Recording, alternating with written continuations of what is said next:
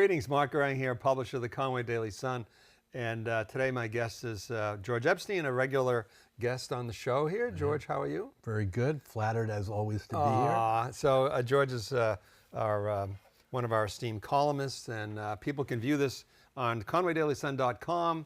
It's on our Facebook and all that, and hopefully Valley Vision will pick it up. So, George, we often talk about school stuff and superintendent, so I'm going to put that. Hopefully we'll get to it at the end, but since it usually occupies the whole half hour, let's go on another subject. And one of your favorite, I'm going to call it a hobby horse, is home rule. And you're obviously very much in favor of local control on probably every issue, but one that's really coming, or a lot of issues, I won't say that, but certainly one that's up is on how the state is trying to impose its will on towns to basically expand housing. And one little tidbit that I discovered is that 16% of all the land available for housing in New Hampshire, only 16% has less than 1 acre minimums, meaning 84%, if I can do the math backwards, is 1 acre or more. And there are places like in Lebanon where they have certain sections of the town that are 10 acre minimums for a single home. Amherst has a big section of town that's 5 acres. So the state has got a couple of, we're still in session now, so there's a House and it goes back back and forth between the House and the Senate. But they've got a bunch of things and bills to impose their will, basically. And one of them is this, to force towns to accept more accessory dwelling units, or as we say in the trade, ADUs, right? And the New Hampshire Municipal Association, who generally represents towns and cities, is against it because of that state imposition of taking away the authority from the towns. So what do you think about what the state is doing? Zoning would be an area of particular interest to local control. It's one that the state has been pretty well behaved over the years as far as leaving largely the responsibility to the local communities to determine their own zoning. Where the state has been involved, and I think the state should be involved, are around certain environmental issues where pollution of water, the placement of dumps, giant landfills, and so on. Those are things where the state has an interest because they typically affect multiple communities. But for the most part, the state's been well behaved, and that appears to be disappearing. And the focus of it is primarily on trying to create more housing in the state, and whether it's the in-law dwellings, the Right. ADUs, or whether it's now there's also legislation calling for every property to be able to be a duplex. In other words, every home could be doubled up and turned into a duplex. That's current legislation being considered. Whether it's the Senator Bradley move to make it impossible for towns to ban STRs, for example. So there's become this whole change of attitude on the part of the legislature and the governor with regard to, we know best in Concord. We are the ones who should be deciding how this stuff should be dealt with, how this stuff should be managed. It's wrong. The local communities have very different situations. And there may well be certain matters that are best decided on a statewide basis, but they should be very, very rare. One example the state's already imposed and is in place is this whole, if you don't like your planning board or your planning board's speed of decision or the decision you got from your planning board, you can go to this new state court. It's essentially a court with a single judge in it that gets to decide every state planning issue that arises.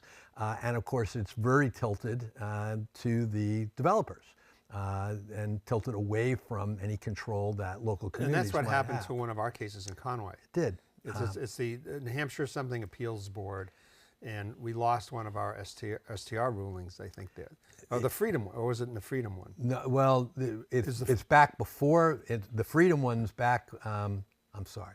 The Effingham one is back in front of that group now. You just ran a story on how there's a lawsuit by people of Effingham around the gas station in Effingham. But I'm not going to remember. It might be the Freedom one that was, I think it was the Freedom one that was decided by that group. And it's very tilted towards developers because that's who wanted it. They didn't want to have to go through the regular court system like regular people. And they were successful because that's where the money is. The developers, the realtors, those are organizations with cash that are able to hire lobbyists, that are able to make significant contributions, and they're able to significantly influence our legislature. It's gotten to be a situation where we used to be able to say, boy, our 400 House members and our 24 senators, there were just too many of them to bribe. And I'm not suggesting anyone is being bribed, but I'm suggesting they're very much influenced by the amount of campaign money that's going to legislators, and that the folks who have the money are the developers, they are the realtors, and that is creating the very helpful situation for developers to be able to do more building and more construction on smaller pieces of land, and sometimes perhaps less appropriate pieces of land, or at least land that towns don't want to be developed as densely. So you're saying that should be local control. Oh, absolutely. And what do you think about, though, well, obviously there are correctly laws about discrimination for gender, race, and all that. What about the idea of like snob zoning, though? I mean, we know, I think I lived in Eaton, I think it used to be a 2 acres, that's snob zoning, because you have to buy a 2 acre piece of land, and it keeps people out who don't have the money to purchase that much land. It's also your lifestyle. Do you want to have a town that's made up of denser housing? Do you want to have a community where the neighbors all have their 2 acres? Do you want to be able to cut down your own trees for firewood, or do you have to go buy it from somebody else? It changes very much the community that you have. A town like Lebanon is an interesting one, and there are probably limits that are reasonably put in place by the state. That's not crazy, but if you look at a town like Lebanon, which has some very dense housing built around the downtown and around Dartmouth Hitchcock, now the Dartmouth Health System and the Dartmouth Hospital. There's plenty of dense housing compared to what we have around here as far as good-sized apartment buildings and so on. And the fact they also want to have a rural nature to the town does not seem to me to be terribly difficult, unpleasant. It's part of how you want your community to look and feel. Let me say it the other way. Why is it better decided at the state and at the legislature than at our town meetings? It strikes me that is not an improvement on the situation. Whether the decisions go one way or the decisions go the other way, I'm not sure that's an improvement on the kind of decisions that you're going to have. The legislature has already imposed its will on zoning in our communities by making it impossible for towns with traditional town meetings to be able to vote on zoning ordinances at the town meeting. So I'm a moderator, longtime moderator in Madison. We're not allowed to vote on zoning ordinances at town meeting. It has to be done at voting day. That's state law, and that comes from our legislature. And the rationale is more people get to vote in that particular situation. But there's no topic that is more uncomfortable for a town moderator and for the people working the polls than the zoning issues, because people go into the booth, or maybe they read it on the sign as they're walking in. They don't know what those zoning ordinances call for. They don't understand that topic. It would be so valuable to have, at a traditional town meeting, the debate over these articles. Planning board probably put the zoning article in place. Here's their rationale. People stand up and say, gee, we don't think that's a good idea. We think we should do Is something that else. new? And then you vote. On SB2, of course, in Conway, Right. everything's on the ballot, those kind of issues. But for a regular traditional town meeting, is that a new? No, it's been in place for a long time. And I don't know the history. Yeah. But it's been decades. All right. So we were talking about before the show, before we went on air, we were talking about philosophy and Socrates, because that's what we do in our spare time, right? And so what do you think philosophically about, it's kind of related to this, about growth, in the area? Like, we're trying to build all this affordable housing here. And for instance, you had Echo Computer, and how many employees did you have there? About 80. 80. So over time, you actually had fewer employees, right? Because people could work remotely. Is that true? Oh, physically in Conway. Yeah. I don't think we necessarily had fewer employees, but we didn't have the growth here in Conway. In other words, of those 80, we were up to over 30 of them that were remote by the time the sale of the Right. company So the remote occurred. cuts both ways. Yeah. I mean, you're a local high-tech business here that you could go the other way. People could work wherever.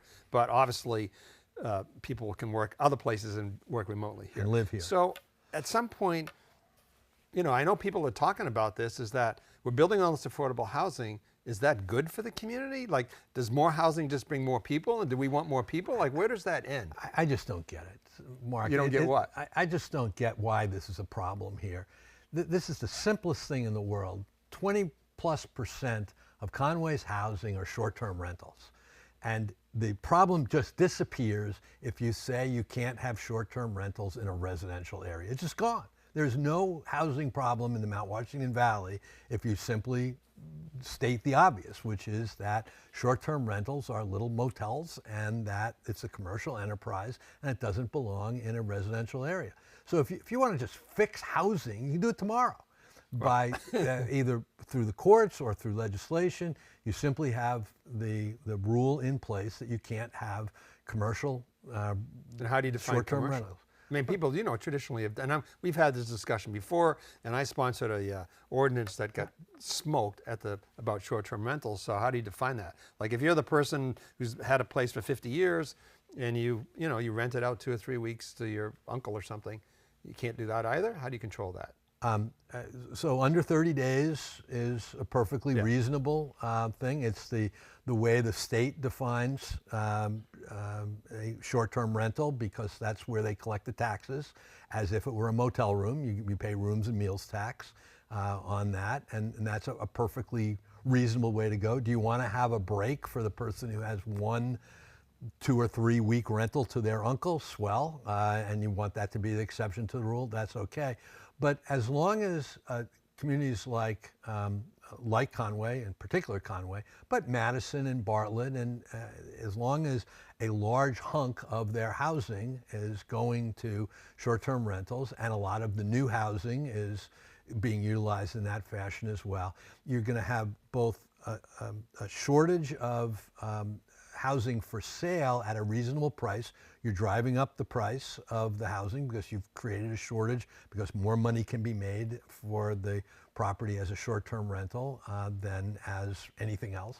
And you have the opportunity to just fix that overnight.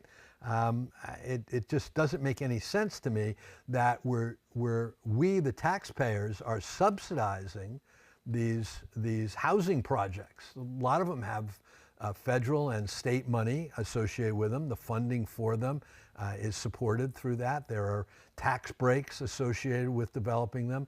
By changing zoning and making denser housing permissible, we all incur greater costs because school costs go up, and we know that adds to the property value, the property taxes.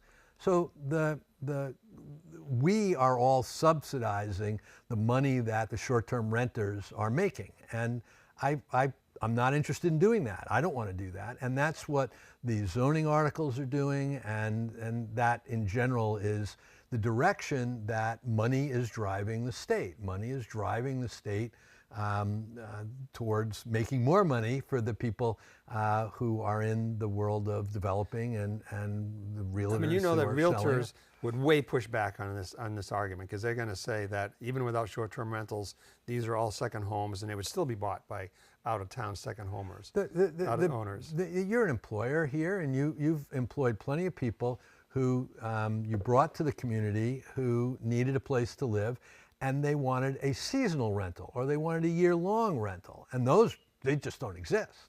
I mean, you can't find those at all. Right. Nobody wants to rent out their place for $1,500 a month, which is a pretty hefty amount, if they can get $200 a night. I mean, it's just stupid. And so,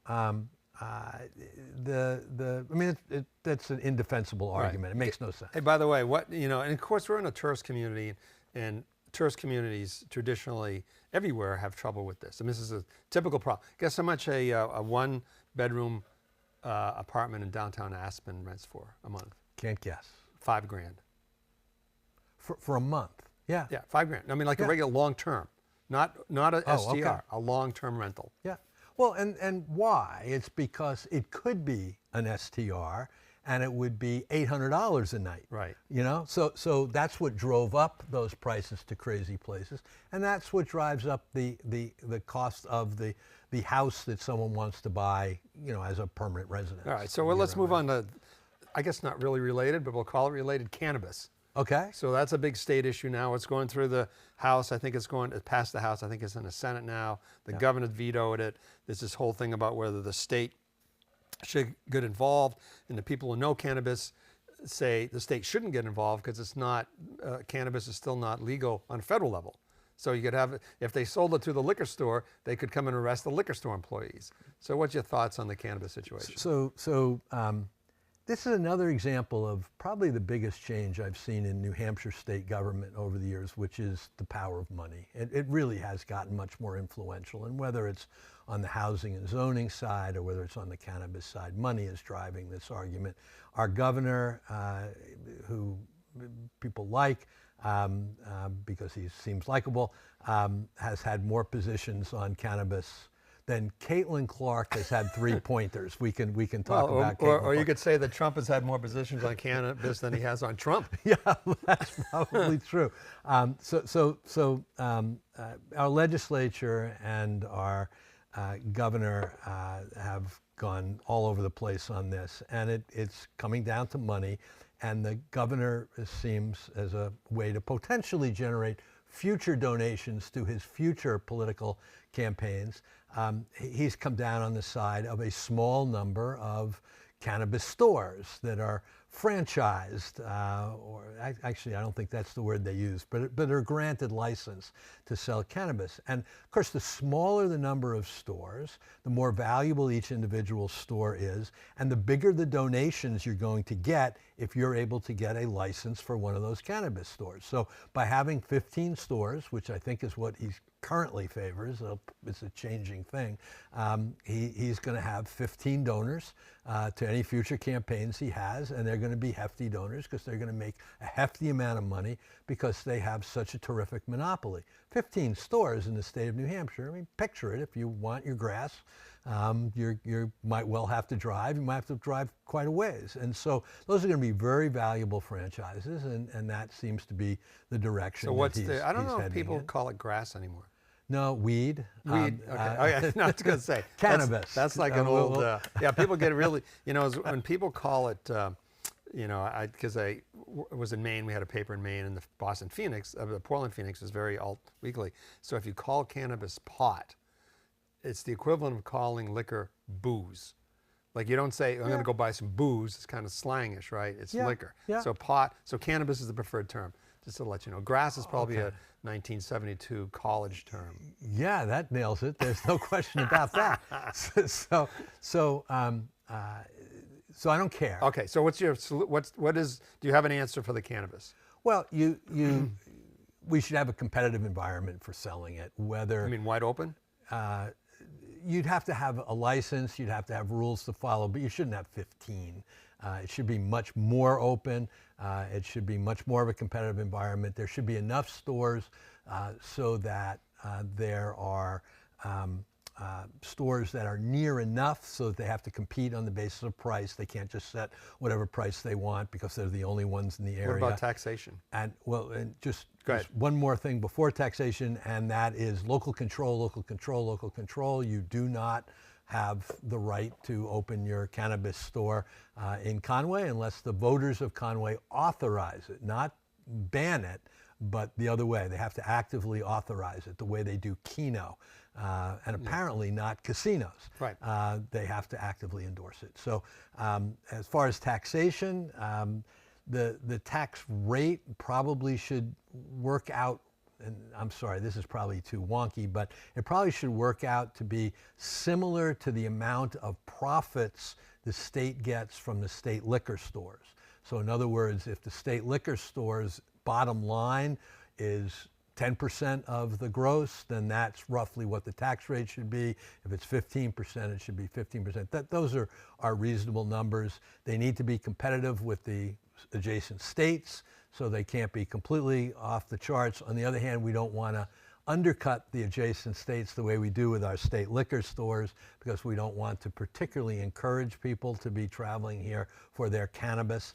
Yeah, I would say it would be roughly the tax rate equal to the profit rate of our state liquor stores. And there should be a carve out for the local community, both as a motivator to get some local communities to vote in favor of a cannabis store, but also to subsidize probably some additional costs associated with law enforcement and the local cannabis store, although I don't know how much of that there should be.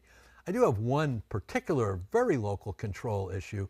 None of these rules for stores in New Hampshire permit homegrown weed.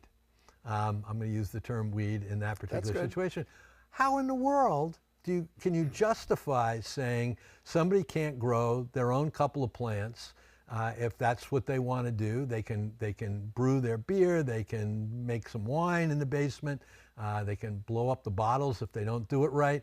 How in the world do you tell people that there's a justification for saying you can't grow your own couple of plants? That's ridiculous. But is that because I think there's two things. One is that having stores, but then you just have to legalize it. We've decriminalized cannabis in this state, but it's not legal. Correct. To possess.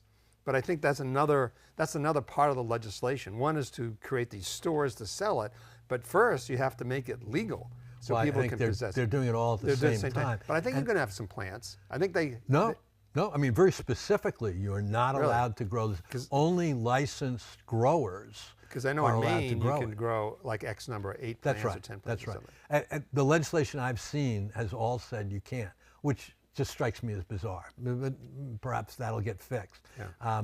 Again, Senator Bradley opposes apparently any legalization, but he's playing a game with the governor.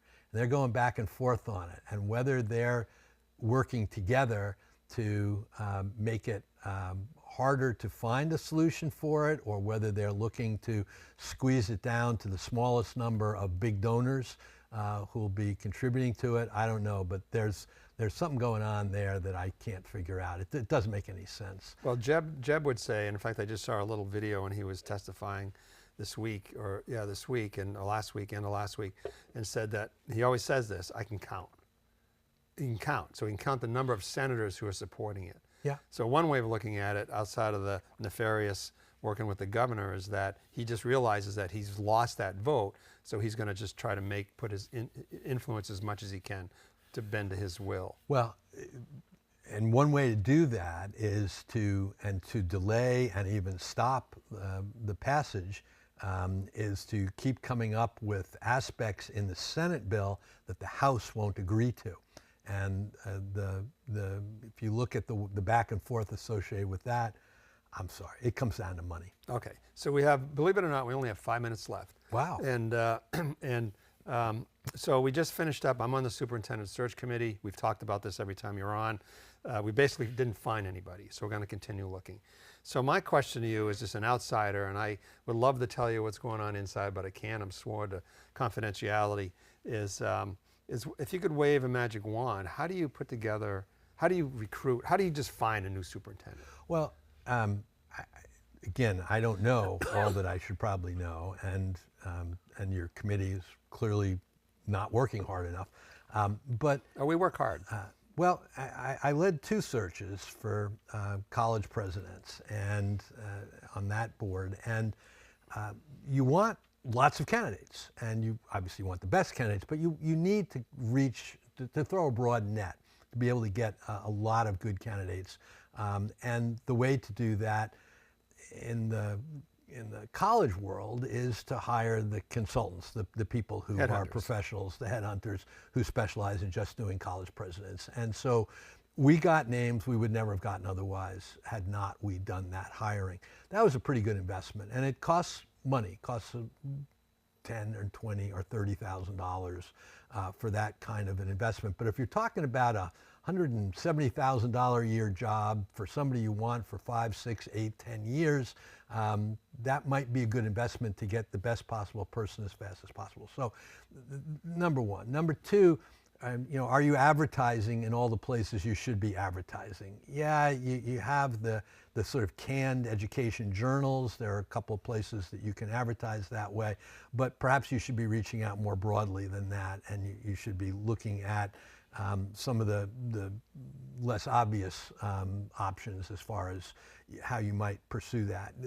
The other is simple actual recruitment. You call up the chair of the Board of Education in a bunch of states and you say, hey, do you have some people that might be interesting that you might send our way? You got to reach out. You got to do more, I think, than you folks have done. I think you've run some ads in the very canned journals, and I don't know that you've done much more than that. One thing I can say is that, and the chairman of the SAU and our committee actually said that Littleton went to the headhunter route and didn't get anybody. And there really is a shortage, as you know, of superintendents, and I think Littleton just promoted their high school teacher to that position, and so the few around town, the state, it's very difficult to find someone. The last time we hired, Kevin Richard obviously has been, but he was kind of, as you know, he was brought up to the ranks. The last time we actually got someone from the outside, guess what year? Well, you're going back to Carl Nelson from 1998. New York. Yeah. 1998. So it's been 26 years. Well, this is a pretty attractive area, and it's challenging for a superintendent. You got multiple school boards. There are interesting challenges, but this is a pretty attractive area. It's a place where a lot of people want to live, and so getting them out here and having them stay for some, multiple days, incurring the cost associated with hotels and meals and stuff like that. I don't know how long you've been getting people to come here, the folks you've been trying to attract, but you got to get them out here. You've got to have enough people to choose from so they can see this as the attractive location it is. You've come up with a dollar amount that should be in the ballpark, should be attractive to somebody. This is a neat place to be, and making sure the person gets engaged with the community. Honestly, sorry about this, but if all you did was read the Conway Daily Sun, you might be scared off a little bit. It's a pretty rough environment. It can look to be a very rough environment for someone coming in. Have them talk to more people in the community. Get perhaps more business people, tourist attraction owners, doctors, lawyers, involved in the search process so that the people are getting exposed to a broader range of the community than perhaps just what they read in the Sun, and also a broader range than just the staff at the schools. I think it's absolutely essential that they meet principals and other people at the schools, but that shouldn't be the only people they meet. So that cuts both ways. You're saying the applicant should get a wide feel for the whole community, but also the community should have input on the applicant to some level. I think so. And of course, you have the situation where you have an applicant who wants to keep it a secret from their current employer. And that was a big deal for searching for college presidents. They're very spooked about everybody back home knowing about it. But I don't think current assistant superintendents and the like and principals and stuff like that are in a panic about somebody finding that they're looking for another job somewhere. And I don't think that would scare people off. So I would open up the search more broadly and more of a community consensus, building around one or more individuals, and then whether it's the committee or the ultimate responsibility lies with the SAU board in the end, that the final decision be made with hopefully, maybe 2 or 3 different candidates who are both excited about potentially coming and who have some members of the community who are excited as well. Good. We're out of time. Ah, George, always a pleasure. enjoyed we'll see it, you next as time. always, too. And, Thank you. and I know you're starting a George Epstein philosophical salon like in the Yeah. in Paris in the 1920s. Yeah, we're going to rent out a whole hotel to do this. That's Socrates, exactly right. Yeah, Socrates good. Academy. All right, I'll be yes. there. All right, All right, thanks, thank you. Mark. We'll see you next time. Bye-bye.